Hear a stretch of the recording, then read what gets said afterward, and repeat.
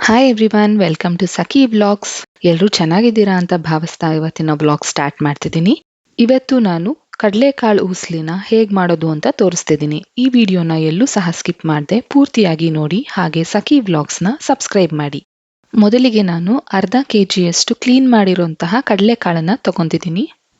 ಅದಕ್ಕೆ ನೀರು ಹಾಕಿ 6ರಿಂದ 7 ಗಂಟೆಗಳ ಕಾಲ ನೆನೆಸಿಡ್ತಾ ಇದ್ದೀನಿ. ನೋಡಿ, ಕಾಳುಗಳು ತುಂಬಾ ಚೆನ್ನಾಗಿ ನೆಂದಿದೆ.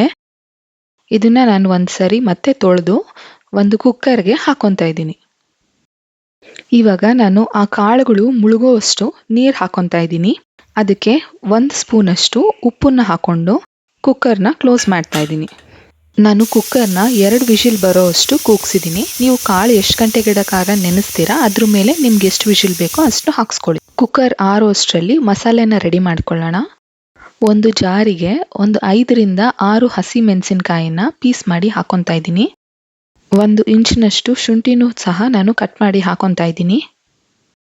ಮತ್ತು ಅದಕ್ಕೆ ಒಂದು ಸ್ವಲ್ಪ ತೊಳೆದಿರೋಂತಹ ಕರಿಬೇವನ್ನ ಹಾಕಿ ತರಿಯಾಗಿ ಪೇಸ್ಟ್ ಮಾಡ್ಕೊತಾ ಇದ್ದೀನಿ. ಮಸಾಲೆ ರೆಡಿ ಆಗೋಷ್ಟರಲ್ಲಿ ಕುಕ್ಕರ್ ಕೂಡ ಆರಿದೆ. ನೋಡಿ, ಕಾಳುಗಳೆಲ್ಲ ತುಂಬ ಚೆನ್ನಾಗಿ ಬೆಂದಿದೆ. ಅದು ಬೆಂದಿದೆಯಾ ಅಂತ ಚೆಕ್ ಮಾಡೋದಕ್ಕೆ ಈ ರೀತಿ ಪ್ರೆಸ್ ಮಾಡಿದಾಗ ಅದು ಸಾಫ್ಟ್ ಆಗಿದ್ರೆ ಅದು ಬೆಂದಿದೆ ಅಂತ ಅರ್ಥ. ಈಗ ಒಗ್ಗರಣೆ ಮಾಡೋದಕ್ಕೆ ಒಂದು ಪಾತ್ರೆಗೆ ಎಣ್ಣೆ ಹಾಕೊತಾ ಇದ್ದೀನಿ. ಕಾದ ನಂತರ 1 ಸ್ಪೂನ್ ಆಗೋಷ್ಟು ಸಾಸಿವೆನ ಹಾಕೊತಾ ಇದ್ದೀನಿ. ಅದಕ್ಕೆ 1 ಸ್ಪೂನ್ ಅಷ್ಟು ಕಡಲೆಬೇಳೆನ ಹಾಕೊಂಡಿದ್ದೀನಿ. ಮತ್ತೆ 1 ಸ್ಪೂನ್ ಅಷ್ಟು ಉದ್ದಿನಬೇಳೆ ಕೂಡ ಹಾಕೊಂಡಿದ್ದೀನಿ. ಇವೆಲ್ಲವನ್ನ ಸ್ವಲ್ಪ ಕಡಿಮೆ ಸಿಮ್ಮಲ್ಲಿ ಇಟ್ಕೊಂಡು ಲೈಟಾಗಿ ಹುರ್ಕೋಬೇಕು. ಇದಕ್ಕೆ 1/4 ಸ್ಪೂನ್ ಅಷ್ಟು ಇಂಗನ್ನ ಕೂಡ ಹಾಕೊಂಡಿದ್ದೀನಿ. ಮತ್ತೆ ಸ್ವಲ್ಪ ಒಗ್ಗರಣೆಗೆ ಕರಿಬೇವನ್ನ ಹಾಕೊತಾ ಇದ್ದೀನಿ. ಈಗ ಅದಕ್ಕೆ ಆಗಲೇ ರುಬ್ಬಿ ಎತ್ತಿಟ್ಟಿರುವಂತಹ ಮಸಾಲೆನ ಹಾಕೊಂಡು ಸ್ವಲ್ಪ ಅದ್ರ ಹಸಿ ವಾಸನೆ ಹೋಗೋವರೆಗೂ ರೋಸ್ಟ್ ಮಾಡ್ಕೋಬೇಕು. ಈಗ 1/2 ಸ್ಪೂನ್ ಅಷ್ಟು ಅರಿಶಿಣದ ಪುಡಿನ ಹಾಕೊಂಡು ಸ್ವಲ್ಪ ಬಾಡಿಸ್ಕೊತಿದ್ದೀನಿ.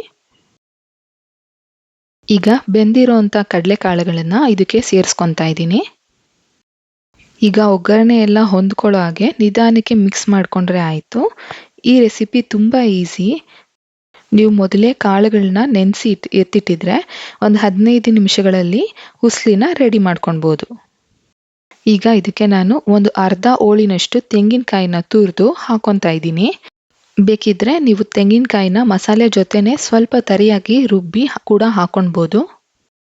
ಈಗ ಸ್ವಲ್ಪ ಕೊತ್ತಂಬರಿ ಸೊಪ್ಪನ್ನು ಕೂಡ ಹಾಕೊತಾ ಇದ್ದೀನಿ. ಲಾಸ್ಟ್ನಲ್ಲಿ ಒಂದು ಅರ್ಧ ಹೋಳಿನಷ್ಟು ನಿಂಬೆ ರಸ ಕೂಡ ಸೇರಿಸ್ಕೊತಾ ಇದ್ದೀನಿ. ನಿಂಬೆ ರಸ ಹಾಕೋದ್ರಿಂದ ಟೇಸ್ಟ್ ಚೆನ್ನಾಗಿ ಬರುತ್ತೆ. ನೋಡಿ, ಕಡಲೆಕಾಳಿನ ಉಸ್ಲಿ ರೆಡಿ ಆಯಿತು. ಇದನ್ನ ನೀವು ಯಾವುದೇ ಹಬ್ಬಗಳಲ್ಲಿ ದೇವರಿಗೆ ನೈವೇದ್ಯವಾಗಿ ಇಡ್ಬೋದು. ಎಸ್ಪೆಷಲಿ ಗಣೇಶ ಹಬ್ಬದಲ್ಲಿ ಅಥವಾ ಸಂಕಷ್ಟಹರ ಚತುರ್ಥಿ ಇದ್ದಾಗ ಕಡಲೆಕಾಳಿನ ಉಸ್ಲಿನ ಪ್ರಸಾದವನ್ನಾಗಿ ಮಾಡ್ಕೊಳ್ಬೋದು. ಇವತ್ತಿನ ವಿಡಿಯೋ ನಿಮಗೆ ಇಷ್ಟ ಆದರೆ ಪ್ಲೀಸ್ ಒಂದು ಲೈಕ್ ಮಾಡಿ, ಹಾಗೆ ನಿಮ್ಮ ಫ್ರೆಂಡ್ಸ್ಗೂ ಕೂಡ ಶೇರ್ ಮಾಡಿ. ಇನ್ನೂ ನನ್ನ ಚಾನೆಲ್ನ ಸಬ್ಸ್ಕ್ರೈಬ್ ಮಾಡಿಲ್ಲ ಅಂದರೆ ಈಗಲೇ ಸಬ್ಸ್ಕ್ರೈಬ್ ಮಾಡಿ. ಹೊಸ ರೆಸಿಪೀಸ್ಗಳೊಂದಿಗೆ ಮತ್ತೆ ಸಿಗ್ತೀನಿ.